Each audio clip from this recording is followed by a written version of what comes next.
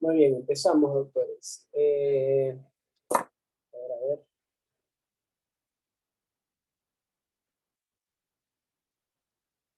Apari Torres. Buenas tardes, doctor presente. ¿Qué tal, doctora? Bendezurro mucho. Buenas noches, doctor presente. ¿Qué tal? Córdoba Vicerrel. Presente, doctor. Buenas noches. Hernández Ramos. Presente, doctor. Buenas tardes. Buenas noches. Hernández Trejo. Presente, doctor. Buenas noches. Guamaní Rafo. Buenas noches, doctor presente. Huarán Cabaz. Presente, doctor. Buenas noches. Huarcaya Remón. Presente, doctor. Buenas noches. Huasasticha Aliaga. Presente, doctor. Hanampa Guevara. Presente, doctor. Feri, Daniel está. Lee Conde. Presente, doctor. López Quinteros. Presente, doctor. Buenas noches. Maldonado Gutiérrez. Doctor, buenas noches, presente. ¿Qué tal, doctor? Peña Ormeño. Buenas noches, doctor. Presente. Pon Luna. Presente, doctor. Buenas noches. Quispe Palomino. Presente, doctor. Buenas noches. Rodríguez. Presente, doctor. Buenas noches. C. Westington. C. Westington.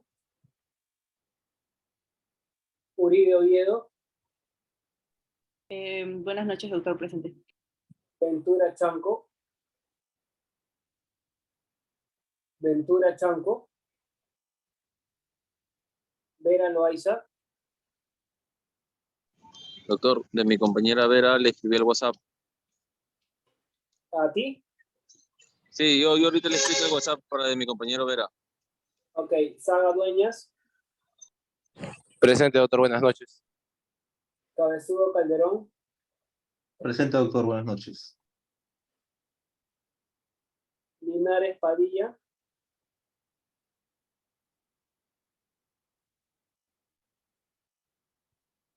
Linares Padilla. Casay Comelo.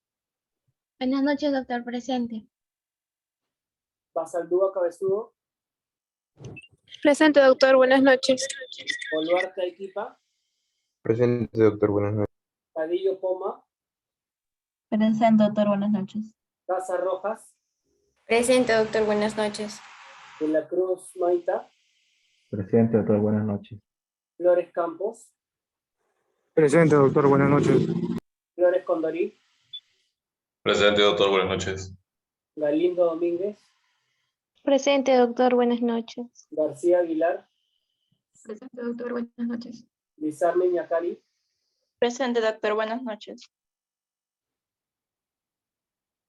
Melo Pacheco. Presente, Melo doctor. Pacheco. Buenas noches. Ok. Moquillaza González. Presente, doctor. Buenas noches. Ochoa Ecos. Buenas noches, doctor presente. Parco Valente. Presente, doctor. Buenas noches. Ife Guamaní. Presente, doctor. Buenas noches.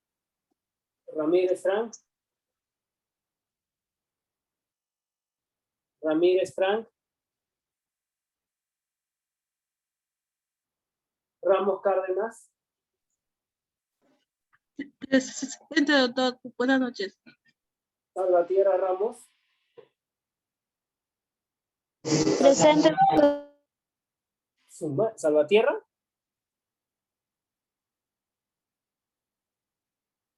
Salvatierra Ramos. No está, ¿no? Ya.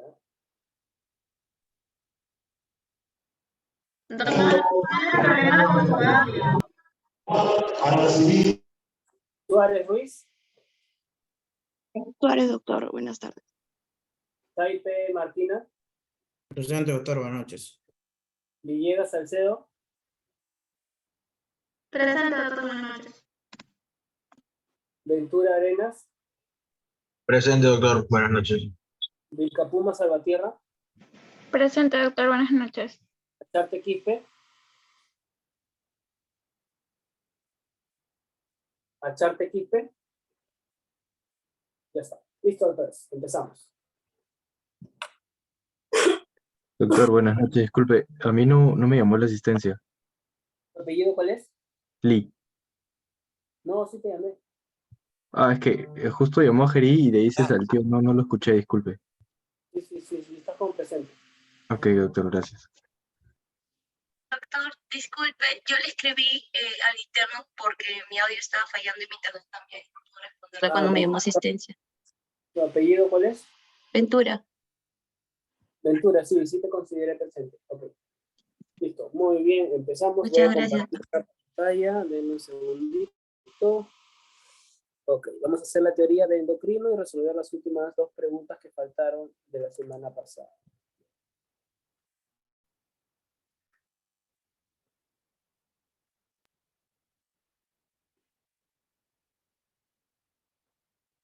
Muy bien, entonces aquí está.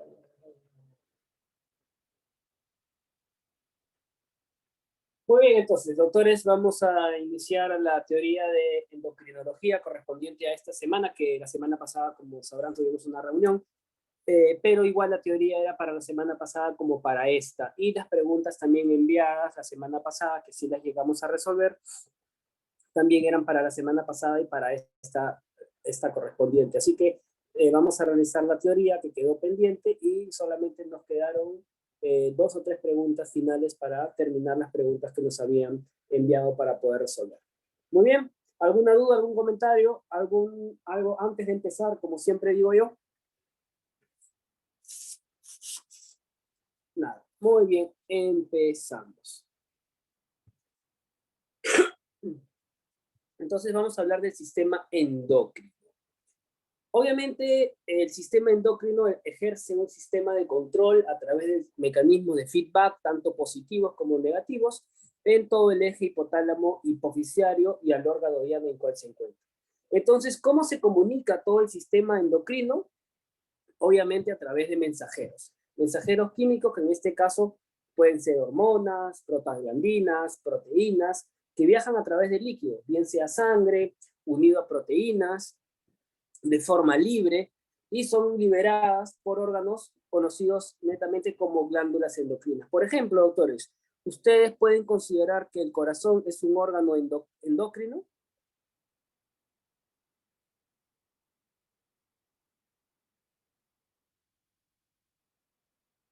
Incluso actualmente se está tratando de considerar al corazón también como un órgano neuroendocrino. ¿Por qué? Porque el corazón secreta péptido natriurético, ¿no? Que tiene efectos sobre la diuresis, sobre inflamación, sobre regulación. Entonces, no necesariamente centremos nuestro sistema endocrino como tiroides, suprarrenal, hipófisis, sino hay que tener un concepto un poco más amplio.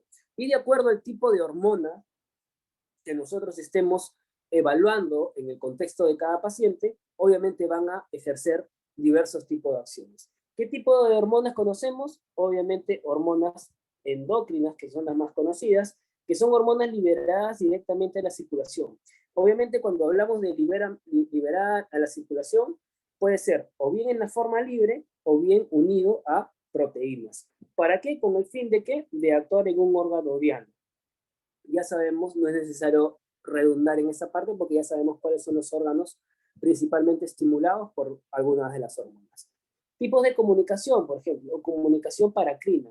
Las células obviamente expulsan la sustancia o la hormona al líquido extracelular. ¿Para qué? Para poder estimular localmente en las células próximas a ella, en cuanto a estimulación paracrina. Bastante conocido, bastante básico. Y tenemos una comunicación también endocrina, donde las hormonas producen su acción biológica en la misma célula que la liberó. Y una parte en particular, una especialización del sistema endocrino, es la parte neuroendocrina, donde generalmente la hormona es producida dentro de una neurona que viaja a través de los axones para ejercer un efecto en alguna célula diana. ¿Correcto? Ejemplos de mecanismos de célula endocrina, en donde el cual la hormona se estimula a ella misma, medio de comunicación autocrina, Esta misma célula puede tener una correspondencia neurotransmisora en el caso de que sea una neurona y liberado a través del axón. Si fuera a través de un axón de una neurona, sería un tipo de comunicación neuroendocrina o neurotransmisora. Si se estimula ella misma, el componente es liberado al líquido extracelular para ella nuevamente ser estimulada mediante un receptor, se llama autócrino. Y si estimulamos a una célula paralela, es decir, liberamos la sustancia, en este caso de repente una hormona o un neurotransmisor, al líquido extracelular para estimular una célula al lado, sería un tipo de comunicación endocrina. Y los tipos de liberación puede ser específicamente al vaso sanguíneo, ya les dije, puede ser en forma libre o puede ser unido a proteínas. ¿Ya? Dentro de los tipos de hormonas que ya estuvimos revisando un poquito en el repaso que tuvimos hace un par de días, tenemos tipos de hormonas, o sea, una clasificación a nivel hormonal. Y dentro de las hormonas, como yo siempre digo, las aminas, que son aminas, son aminoácidos o también asociados a residuos de tirosina. Catecolaminas, aminas, catecolaminas y las hormonas tiroideas. Dentro de las proteicas y las peptídicas están las hormonas hipotálamo-hipofisiarias y las hormonas esteroideas dependientes de colesterol son las hormonas de la corteza suprarrenal. ¿Ok?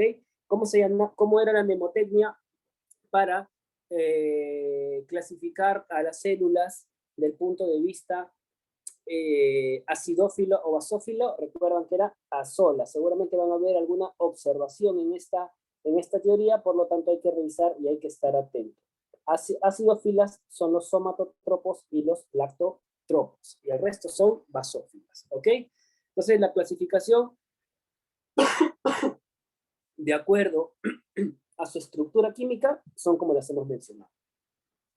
Tenemos otra clasificación, de acuerdo al tipo de hormonas. Las hormonas también se pueden caracterizar si son hidrosolubles o si las hormonas son liposolubles.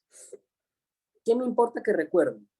Las hormonas hidrosolubles tienen una síntesis proteica y las hormonas liposolubles tienen una síntesis esteroidea o tiroidea. En las hidrosolubles aplica un gen y en las liposolubles varios genes. Pero recuerden esto de aquí, que aquí hay una pequeña observación en cuanto al transporte. Generalmente el transporte en las hidrosolubles, si bien es cierto, pueden estar asociadas a proteínas de transporte, pero generalmente las proteínas hidrosolubles están en forma libre, ¿ya? Y las liposolubles sí están generalmente asociadas a proteínas en su transporte, ¿ok? La síntesis, almacén y secreción. Las hormonas hidrosolubles se almacenan en vesículas y son liberadas por exocitosis, ¿ok? En cambio, las hormonas liposolubles no se almacenan y se liberan por difusión, ¿ok? Vesículas, exocitosis, no se almacenan y son liberadas por difusión. Dentro de la función hormonal, depende, ¿no? ¿Para qué nos sirve cada hormona? Va a tener una función. Regula el crecimiento y diferenciación celular, regula vías metabólicas, regula procesos digestivos, en este caso de la comunicación paracrina, regula el mantenimiento y concentración de iones para mantener la homeostasis, regula el estado de la gestación, obviamente la gonadotropina coriónica, y regula el estado de regulación hormonal.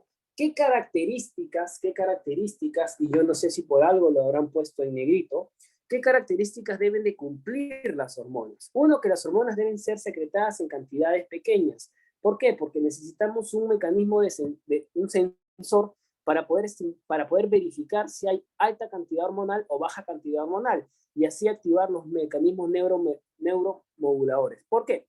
Por ejemplo, yo les doy un caso en el cual tengo mucha cantidad de yodo. ¿Ustedes creen que la tiroides, por mucha cantidad de yodo, funciona mejor? No, porque generalmente cuando yo tengo mucha cantidad de yodo, al contrario, lo que hago es sobresaturar a la glándula tiroidea e impido el transporte activo del yodo. Entonces hay un famoso efecto que es el efecto de Wolff-Chaikov, ¿no? El efecto de Wolff-Chaikov, que es una inactivación de la glándula tiroides, o sea, un hipotiroidismo por sobresaturación de yodo en exceso. Una sustancia que al ser liberada sobre una célula actúa sobre otra, tanto cercana como lejana, o también sobre ella misma. Actúa sobre distintos tipos celulares que tengan moléculas de reconocimiento, es decir, obviamente toda molécula tiene que tener un receptor. Si no tenemos receptores, la molécula no va a funcionar. O si los receptores tienen anticuerpos contra esos receptores, no van a estar funcionando. Por lo tanto, vamos a tener situaciones patológicas. Actúan sobre tejidos específicos, catalizando reacciones persistentes, ¿no? Estimulando, sea más rápido o más lento, un catabolismo o un proceso bioquímico. Su secreción está regulada por mecanismos endocrinos, metabólicos y nerviosos. Por algo está inédito, revisen las características que deben de cumplir todas las hormonas. Entonces, como deben de cumplir características las hormonas, también los receptores deben de cumplir ciertas características.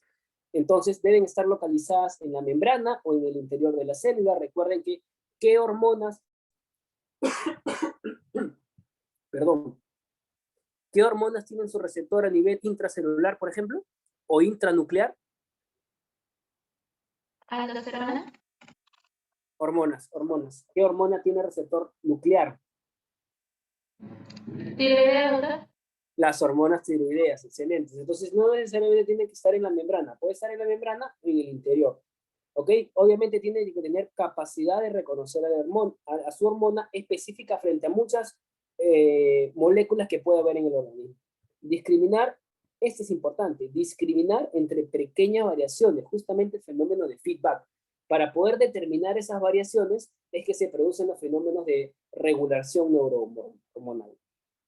Y obviamente al estimular ligando con receptor, transmitir esa información de la hormona que está estimulando para saber cuál es el efecto que se desea.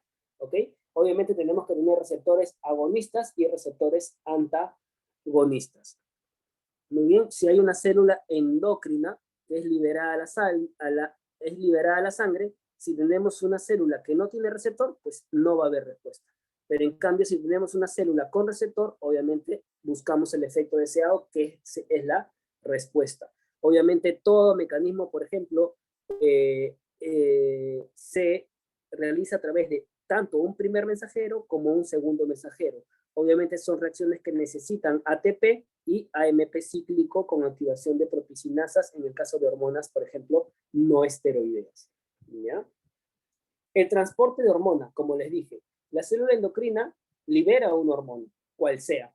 Ahora tenemos dos situaciones, que la hormona sea libre, como es en el caso de las hormonas hidrosolubles, y tenemos una hormona unida a proteínas, como son las hormonas liposolubles. ¿Ya? Obviamente, ¿para qué? Para hacer un efecto sobre alguna célula diana de algún tejido y ejercer el efecto biológico deseado para tal hormona. Entonces, recordar, la hormona libre generalmente puede ser hormonas hidrosolubles, y las hormonas liposolubles generalmente están unidas a proteínas. ¿Ok? No es necesario leer todo esto para que lo puedan recordar, lo pueden leer cuando estén más tranquilos, pero sí recordar que generalmente el hipotálamo tiene factores liberadores. El hipotálamo secreta factores liberadores, a diferencia de la parte de los núcleos supraóptico y paraventricular que secretan antidiurética y oxitocina independientemente. En la hipófisis anterior, recordemos que tenemos grupos celulares acidófilos como los lactotropos y los somatotropos, y los basófilos, el resto de células. ¿Para qué? Para secretar hormona de crecimiento, hormona corticotropa, estimulante de la tiroides, folículo estimulante, hormona luteinizante. Y la prolactina, ¿no? Recordar que en el hipotálamo también se secreta la somatostatina, que es el mecanismo regulador. ¿Para quién? Para la ¿Somatotropina? ¿para quién? Hormona de crecimiento. Hormona de crecimiento, exactamente.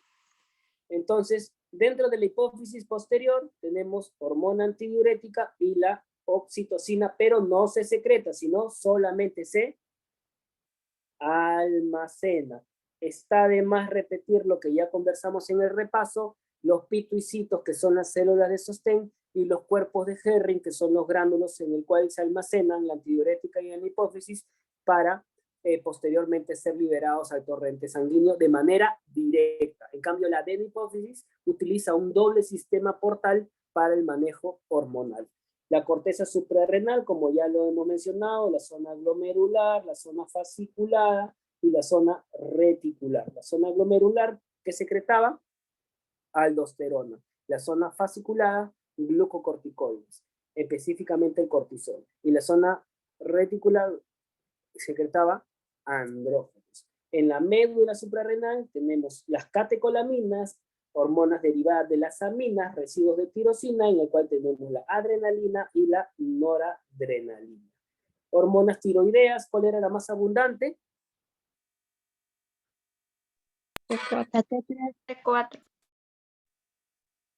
La T4 y la T3 es la más activa. Entonces nosotros tenemos que hacer vía periférica conversión de T4 a T3, que es biológicamente activa, ¿a través de qué enzimas?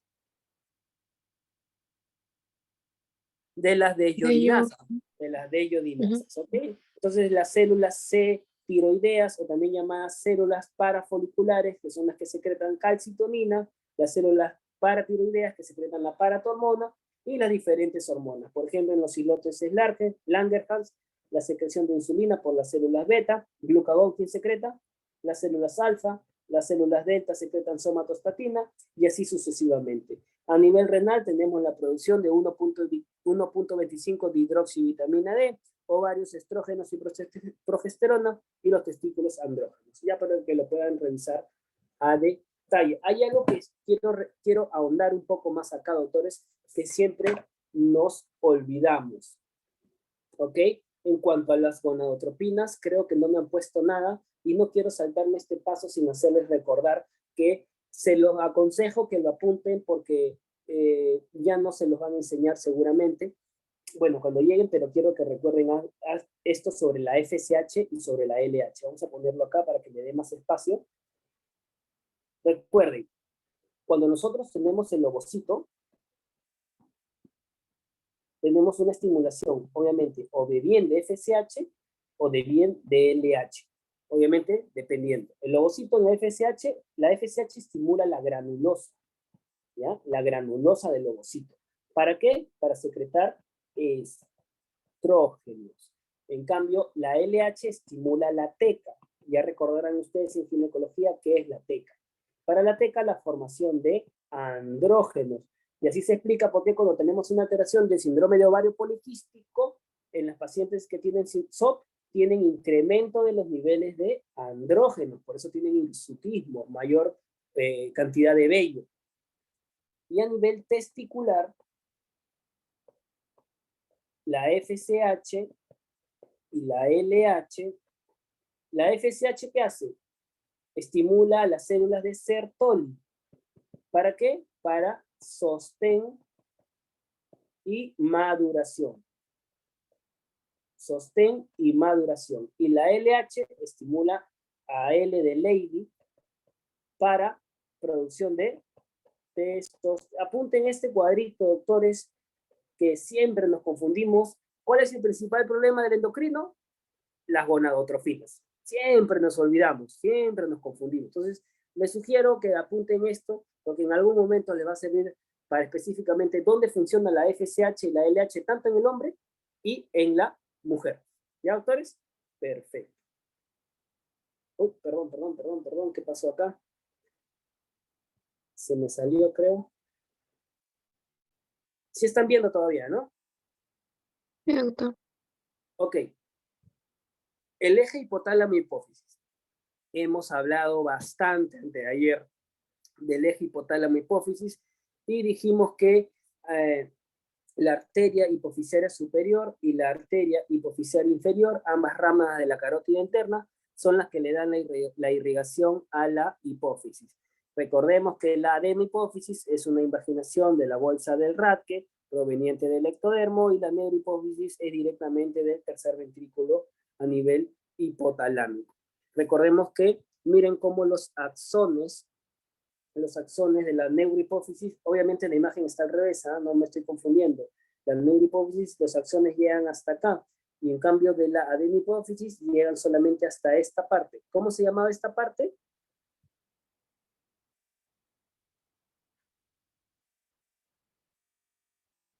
Eminencia media. Claro, la eminencia media solamente llega hasta acá, hasta la eminencia media. Y luego ya ¿qué sirve? El sistema portal, tanto primario como secundario. Ok, ¿qué recordar acá? Ya hablamos de las hormonas, todas estas, y recordar la hormona estimulante de los melanocitos, que forma parte de la COMS, ¿no? Que cuando se estimula la hormona adenocorticotropa, estimula los melanocitos, es por eso que se hiperpigmenta. Y a nivel hipotalámico solamente liberamos es la fuente de los factores de liberación, ¿ok? Y se secreta la antidiurética y la oxitocina, famoso SAPO, supraóptico antidiurética para ventricular oxitocina. Recordad que cuando tenemos un problema en la hormona antidiurética, a nivel central tenemos una diabetes insípida central, y la antidiurética que actúa en el túbulo colector, y si no funciona a nivel del túbulo colector a través de las acuaporinas tipo 2, tenemos una diabetes insípida nefrogénica. Como nosotros sabemos si es insípida o nefrogénica o renal con el test de vasopresina. ¿Ok? Muy bien. Entonces es lo mismo, el sistema nervioso central es el que comanda al hipotálamo, y dependiendo de la regulación y de los sensores, de los niveles plasmáticos de hormonas y de sus receptores, estimula qué hormona es la que necesitamos estimular. Este gráfico ya lo conocemos perfectamente. Ya quieren que vuelva a hacer el de ovarios y testículos porque se borró, creo, o sí lo tienen. Sí lo tienen, ¿verdad? Esta parte de acá. ¿Sí lo llegaron a apuntar? Sí, doctor. Ya, perfecto. Entonces, si lo llegaron a apuntar, ahí lo dejo. Y lo que quiero que recuerden es la hormona del crecimiento. La hormona de crecimiento, no sé si tengo una lámina de esto, me parece de que no. Pero la hormona de crecimiento, ¿hacia dónde se va? Hígado.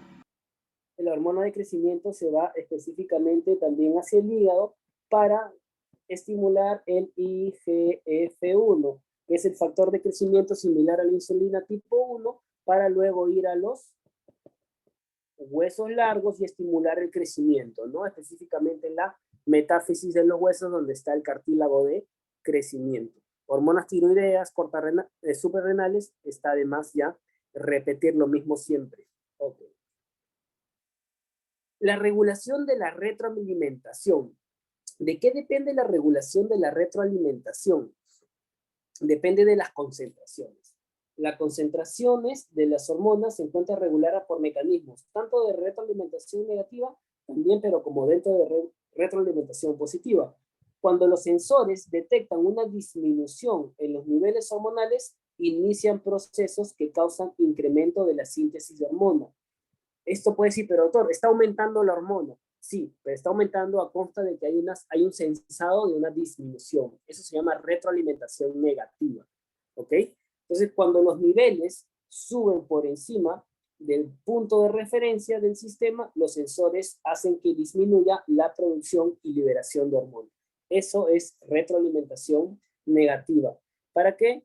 Cuando hay una concordancia entre el hipotálamo, la hormona que se desea manejar, en este caso la hipófisis anterior, de acuerdo al grupo de células estimuladas, y estimulando la célula, la glándula diana, en este caso, por ejemplo, suprarrenal, libera su hormona y origina que la suprarrenal, en su zona glomerular, secrete aldosterona y se va hacia el riñón para poder reabsorber toda la cantidad de sodio a nivel del túbulo colector. ¿Dónde se reabsorbe la mayor cantidad de sodio? En el tubo proximal. Para determinar el efecto fisiológico que se desea. ¿Ok? Y aquí es donde yo le digo que revisen un poco más, ahonden un poco más, porque nos hablan de endodermo, y de acuerdo a la literatura que nosotros leamos, algunos mencionan endodermo, pero la gran mayoría y todo lo que se ha podido buscar, el origen embriológico de la hipófisis es de origen ectodérmico. Incluso miren, neuroectodermo es tanto del ectodermo bucal como del ectodermo neural, ¿ya? Ectodermo bucal y ectodermo bucal provenientes de la bolsa de Radke nace la adenohipófisis. ¿Ok? Acá dice, la hipófisis anterior se produce por una prolongación de la bolsa faríngea de Radke. Endodermo, comillas. La hipófisis posterior, llamada neurohipófisis, se origina por una prolongación específicamente ya del hipotálamo. ¿Ok? Porque ¿por qué pongo la duda? No, es claro, ¿no? Acá nos dicen que la hipófisis anterior, llamada neurohipófisis, se produce de la glándula pituitaria, se produce una prolongación de la bolsa faríngea del Radke, ¿correcto? Pero la bolsa faríngea del ángel, ectodermo bucal. Entonces, ¿qué pasó ahí? Para que lo revisen y lo ahonden un poco más, y si viene alguna de estas preguntas, puedan sustentarla, ¿ya? El hipófisis, el tipo de células, segunda observación. El tipo de acidófilas nos ponen, obviamente que las acidófilas se tiñen de rojas y se llaman los somatotropos. Hasta ahí vamos todo bien. Y son las más abundantes.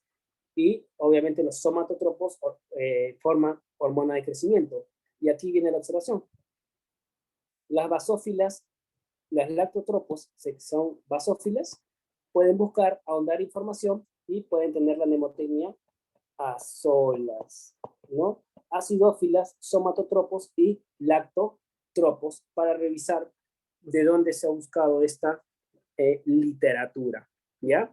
Bueno, no me crean a mí, no le crean a la diapositiva, revisen y saquen ustedes sus pocas conclusiones, porque si viene algún tipo de pregunta, ustedes pueden tener un sustento, doctor.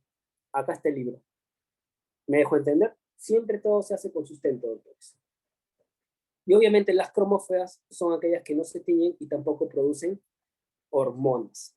¿Okay? Acidófilas, somatotropos y lactotropos. El resto, basófilas.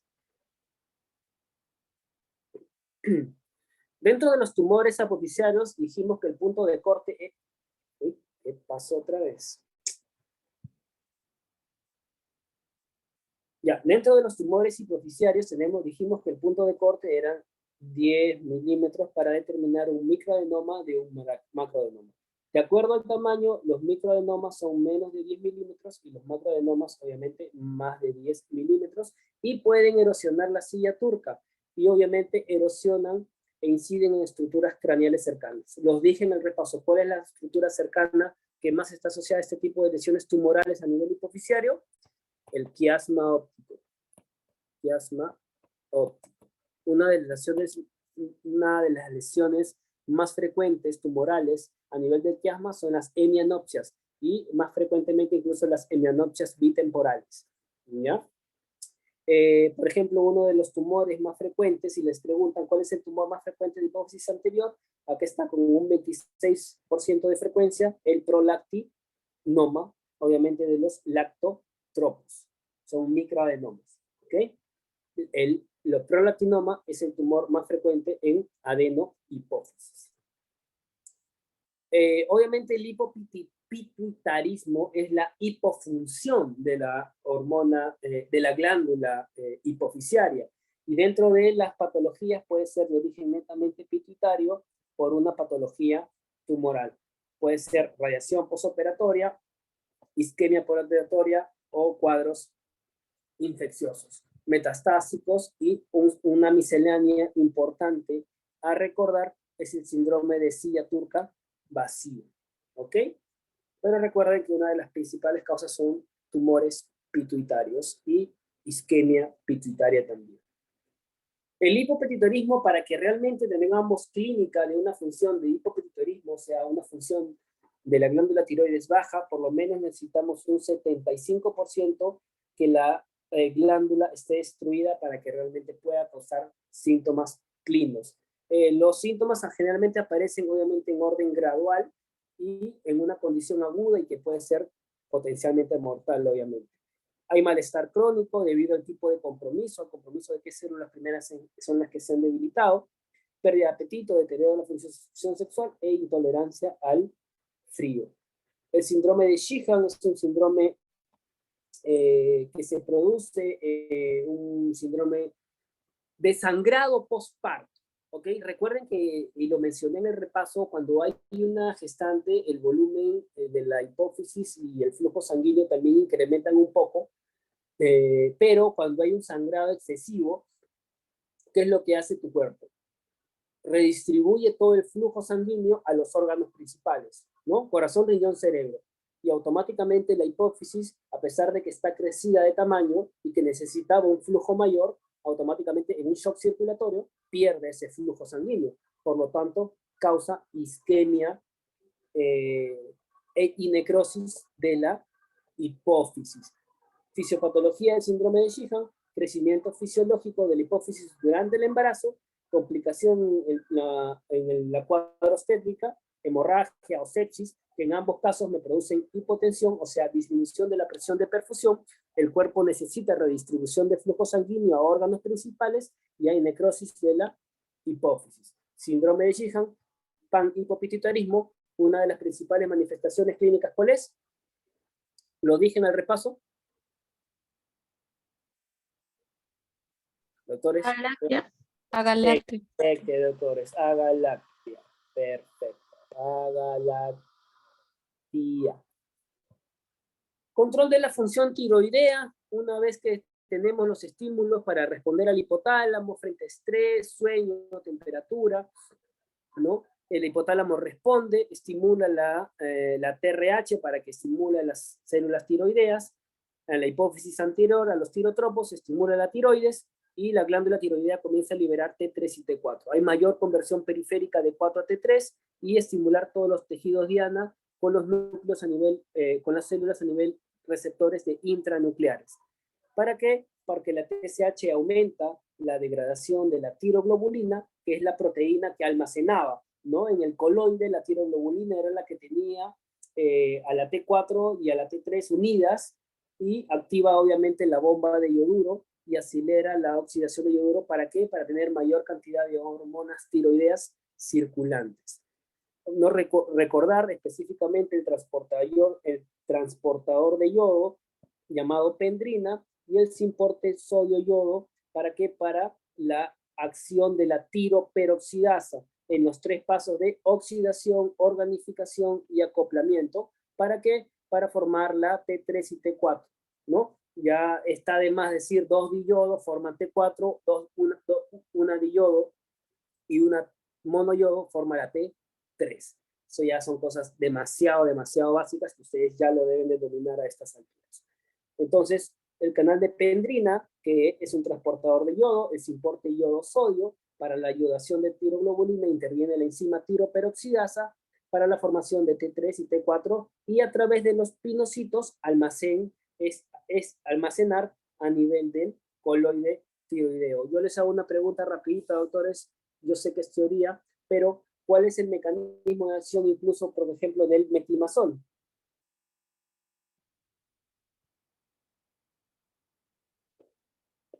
Inhibe tiroglobulina.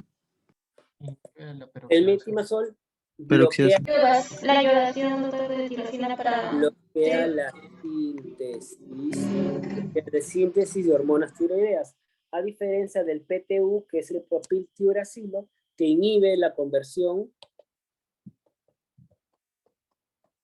periférica de T4 a T3, ¿ok? ¿Cómo se llamaba la enzima que nos hacía elevar la T3 reversa? Deshidrasa 3. Desiodinasa 3. Muy bien, recordar esa enzima en los pacientes con eutirodeos enfermos. ¿Perdón? ¿Qué pasó? Control de la función tiroidea. Obviamente la TSH estimula la tiroides para secretar T3 y T4. La T3 y T4 circulen libres o unidas a proteínas. Globulina de unión a tiroxina llamada tiroglobulina. Albúmina o transtiretina. Esto es importante. Solo las formas libres ingresan a las células para ejercer los efectos deseados. Solo las formas libres. Por eso cuando tú dosas TSH y T4 libre. TSH y T4 libre tienes que dosar, que son específicamente las formas libres las que ejercen los efectos de la hormona tiroidea. ¿Y cuáles son las alteraciones en la función tiroidea? Dos alteraciones importantes: hipotiroidismo e hipertiroidismo. Independientemente si es un Graves Basedow o es un Hashimoto, uno con anticuerpos PCI, que son anticuerpos estimulantes de la tiroides, y el Hashimoto, que son anticuerpos anti-tiroperoxidasa, ¿correcto? Entonces, el hipotiroidismo, la tasa metabólica está reducida. Si tú tienes tasa metabólica reducida, ya no vas a tener un catabolismo, incluso vas a generar un anabolismo. Por lo tanto, el peso incrementado. Hipertiroidismo, tasa metabólica basal elevada. Todo lo que consumas lo vas a catabolizar. Entonces, en el hipertiroidismo, el peso come y no engorda. ¿No? Esos que no comen y no engordan deberían hacerse sus hormonas tiroideas. ¿Por qué? Porque tienen un catabolismo elevado. Dentro de la función cardiovascular, esto es importante, doctores. Interconsulta de cardiología, doctor, tengo frecuencia cardíaca de 50, pero yo soy hipotiroideo. Me mandan para descartar un bloqueo auriculoventricular. Yo feliz, ¿no? Pero recuerden que todos los pacientes con hipotiroidismo tienen bradicardia, doctores. ¿Por qué? Porque justamente el metabolismo o la fisiología de las hormonas tiroideas son simpático-miméticas. Entonces estimulan el sistema nervioso simpático, ¿no? Porque son aminas. Entonces, si no tenemos hormonas tiroideas, el paciente va a tener bradicardia.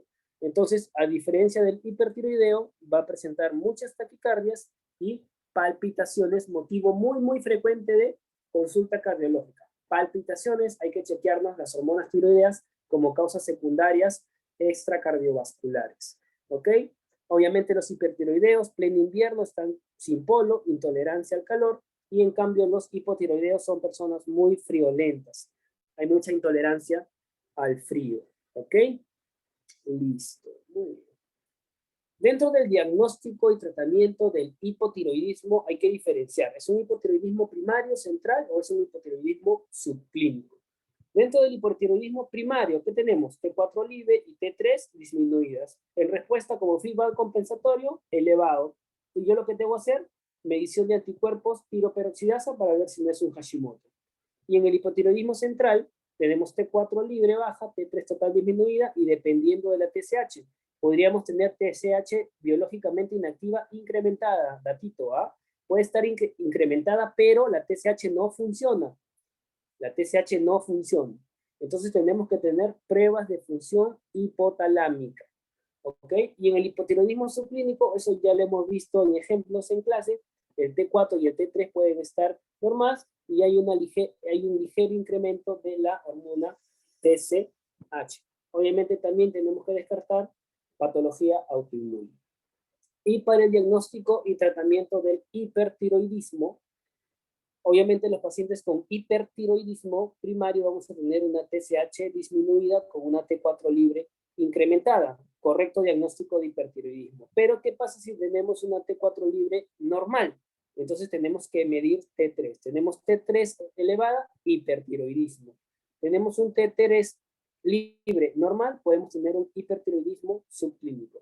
Tratamiento para los pacientes con hipertiroidismo, obviamente farmacológico, podríamos tener propiltirazilo y metimazol, que es lo que hemos visto. Obviamente asociado a beta bloqueadores beta-adrenérgicos que disminuyan mucho la actividad simpática, no haya menor conversión periférica también, disminuya el automatismo cardíaco, como más utilizado en Perú es el propanolol. Si a pesar de eso no hay mejora sintomatológica o hay alguna otra repercusión, podemos valorar la presencia de ablación de tiroides con yodo radioactivo. O sea, sobresaturo la tiroides con yodo y al final se destruye, ¿ok?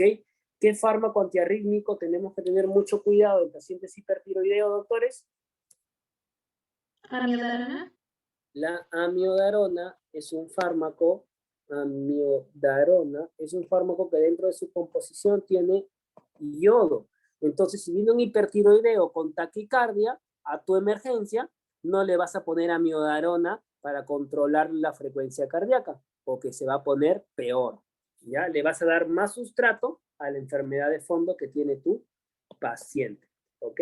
Le vas a dar otro tipo, le puedes dar beta bloqueadores, aunque no es de manejo agudo, podría ser, por ejemplo, digitálicos como la natócido C, que es la digoxina endovenosa. ¿Ok?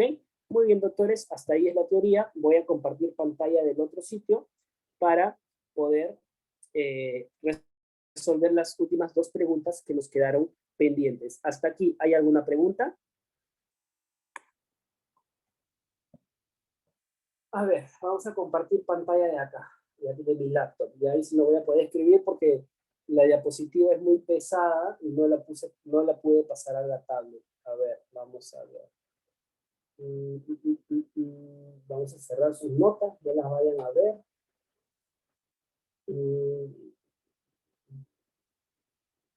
Ya, acá estamos, aquí estamos.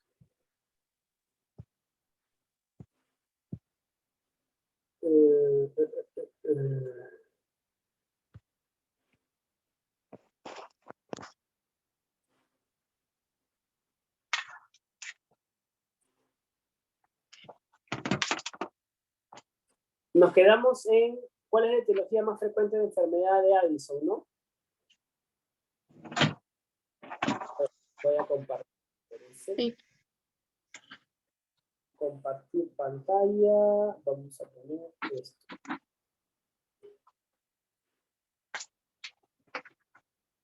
Ok. ¿Pueden ver? Sí, ¿verdad? Sí, doctor. Ok. Ok, esta pregunta ya la hicimos, que era la etiología más frecuente de enfermedad de Addison, obviamente es la tuberculosis. No puedo escribir, ¿no? A ver, Teresa, si puede escribir simultáneamente en el iPad. A ver, vamos a ver si funciona bacán. No me permite escribir. A ver. A ver.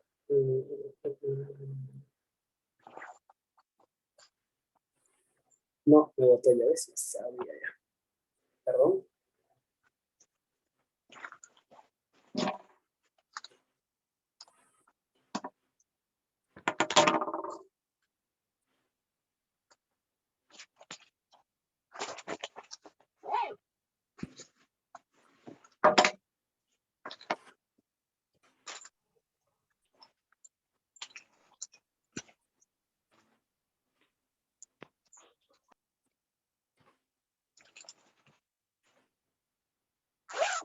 Están, ¿no? A ver, hay un doctor que tiene el micro prendido, por favor, que apague su micro.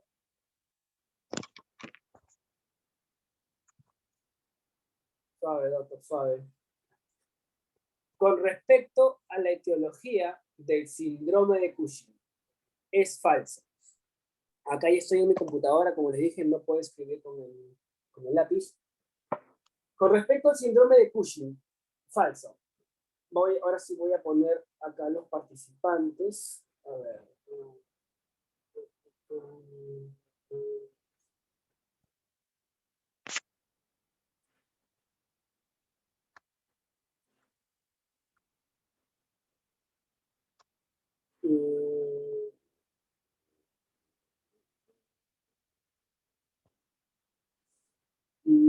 Bueno, ok, vamos a ver.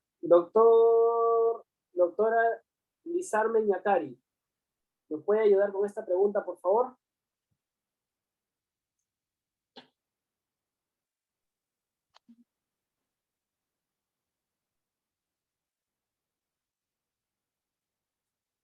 Doctora Lizarme. Sí, doctor.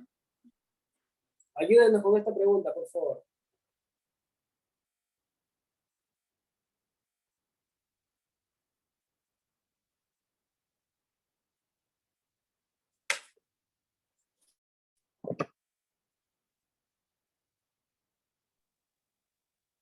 En este caso sería la, la B, doctor.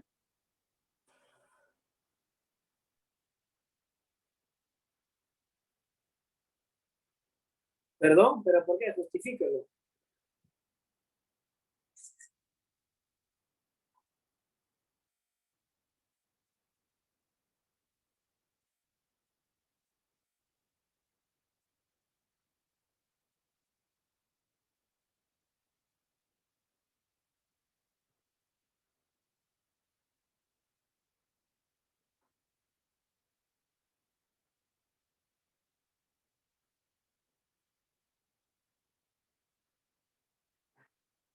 Doctora.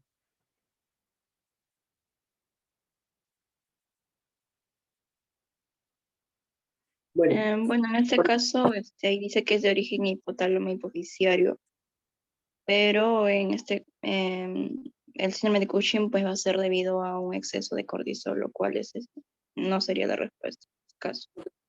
muy bien, doctora. Con respecto a la etiología del síndrome de Cushing, es falsa. El Cushing de origen hipoficiario es más frecuente en mujeres que en varones. Sí, el Cushing es más frecuente en mujeres. La enfermedad de Cushing o síndrome de Cushing de origen hipotálamo hipoficiario, es decir, por un adenoma, ¿es la causa más frecuente del síndrome de Cushing? No. La causa más frecuente del síndrome de Cushing es la iatrogénica, es decir, corticoides exógenos. ¿Ok? La estimulación de CRH es capaz de aumentar los niveles de ACTH en la enfermedad de Cushing. Claro que sí, por supuesto. Tiene relación. El síndrome de Cushing de origen adrenal, es ACTH independiente y cursa con ACTH plasmática disminuida. Ambas situaciones, dependiendo si es ACTH dependiente o no, ambas son antagonistas. O sea, si yo tengo dos situaciones en las cuales tengo dos producciones de ACTH simultánea, no quiere decir que la potencia va a ser el doble. No, al contrario, ambas se contrarrestan. Los síndromes de Cushing ACTH dependiente pueden cursar con ACTH normal. Y les voy a mostrar una lámina para explicar esta pregunta con mayor detalle. A ver, no se vayan, no se vayan. No es que tengo que salir.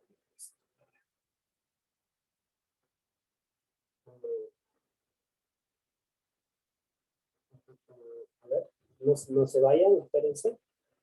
Te voy a mostrar una diapositiva.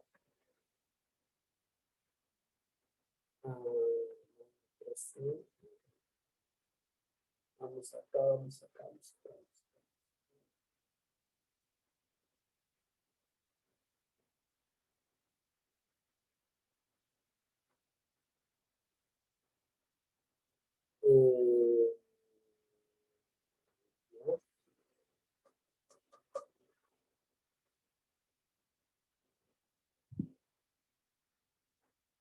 Compartir pantalla. Quiero que vean este gráfico que les voy a poner y resolvemos la última pregunta y ahí acabamos. Entonces, dentro de cuando tenemos una... ¿Qué pasó? Cuando tenemos una sospecha clínica de Cushing, necesitamos obviamente una medición de cortisol en orina, el test de Nagel y también el cortisol salival. Si el cortisol está positivo, está incrementado, tenemos que sospechar en un síndrome de Cushing. Y lo que tenemos que ver en el síndrome de Cushing es si es una ACTH elevada o baja.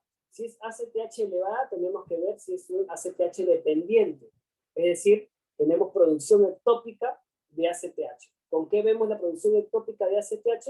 Con una prueba de dexametasona. Nosotros utilizamos una inmunosupresión con 8 miligramos de dexametasona y si no suprime los niveles de ACTH, tenemos que diagnosticar una secreción ectópica de ACTH.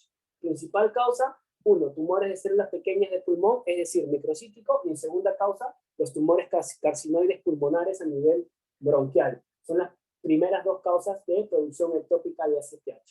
Y obviamente si llega a suprimir, es que necesitamos ver una resonancia magnética con SCAN para determinar algún tipo de tumoración a nivel cerebral, ¿ok?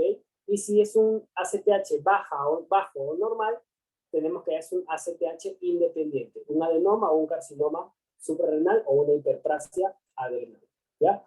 Uno de los diagnósticos que ven acá arriba es el test de Nagel. ¿Qué es el test de Nagel? Utilizamos 1 miligramo de acetoma para ver la respuesta del feedback del cortisol, ¿ok? Muy bien.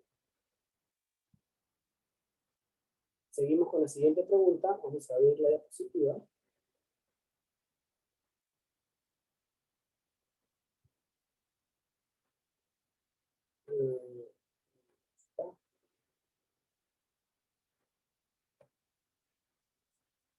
Ok.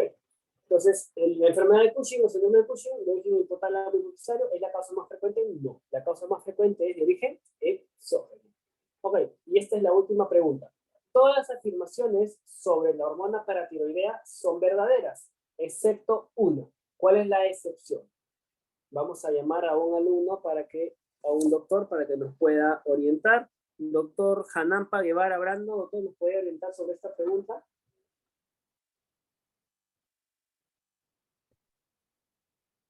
No sabré decir la respuesta, doctor. Entonces, doctora Guasasquicha Aliaga, ¿se encuentra?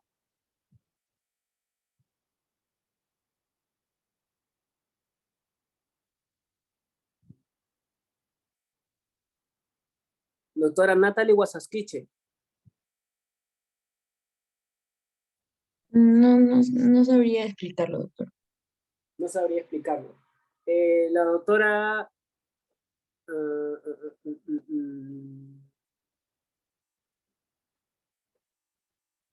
Doctor, está levantando la mano el doctor Jack.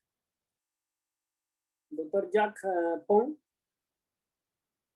Sí, doctor, ¿puedo participar? Sí, por supuesto, doctor, lo escuchamos. Bien. Bueno, pues todas las afirmaciones siguientes sobre la hormona paratiroidea son verdaderas, excepto una. En la alternativa vemos de la PTH o la paratormona activa directamente los osteoblastos y osteocitos. Esto es verdadero, pues no, porque sí actúa, pues no, sobre los osteoblastos, porque estas células pues formadoras del hueso tienen receptores específicos para esta hormona, ¿no? De los osteoblastos. Entonces sería verdadera. Luego la PTH inhibe la producción de la hormona de vitamina D. Esa sería falsa, porque más que la inhiba, pues no, la va a estimular, junto pues con la reabsorción del calcio en los túbulos renales, ¿no? Luego la alternativa C también sería verdadera, porque la PTH promueve la resorción ósea. La resorción ósea en la respuesta a un descenso del calcio en el plasma. Esa sería verdadera, porque es indirectamente proporcional, pues no, también a la reabsorción. Y luego la D también es la que promueve el movimiento del calcio desde el fluido óseo al líquido extracelular. Esta también sería verdadera por la razón de que pues se va, pues no, desde los túbulos renales se va a liberar, pues no, hacia el plasma. Y la última, la PTH promueve la reabsorción del calcio en el túbulo distal renal y el conducto colector, pues eso también sería verdadero, ¿no? Como les había mencionado, pues la reabsorción del calcio en los túbulos renales, pues está ahí y también pues va a activar, pues no, la actividad de la vitamina D. ¿Cuál sería su alternativa, doctor? La B. La B. Entonces, la PTH inhibe la producción de hormonas de vitamina D. Entonces, cuando disminuye el calcio, gracias doctor, cuando el calcio plasmático disminuye, las glándulas paratiroides obviamente comienzan a secretar hormona paratiroidea. La hormona paratiroidea incrementa el nivel plasmático y tiene dos efectos. Uno, a nivel del hueso incrementa la reabsorción ósea y a nivel de los riñones estimula la reabsorción de calcio y la formación de 1.25 hidroxivitamina D. ¿Para qué? Para a nivel intestinal incrementar la absorción de calcio y normalizar el calcio a nivel plasmático. La paratormona inhibe la producción de hormonas de vitamina D. Esa sería la excepción, porque al contrario, la paratormona estimula la 1.25 hidroxivitamina D para incrementar la absorción de calcio a nivel intestinal. Muy bien, doctor Jan. Excelente. Muy bien, doctores. Hasta aquí. ¿Hay alguna pregunta, algún comentario, algo? Doctor, disculpe, buenas noches. ¿Qué tal, doctor? ¿Algún comentario, algún aporte, doctor, a lo que han comentado sus compañeros? Muy bien, doctor. Ya, felicitaciones.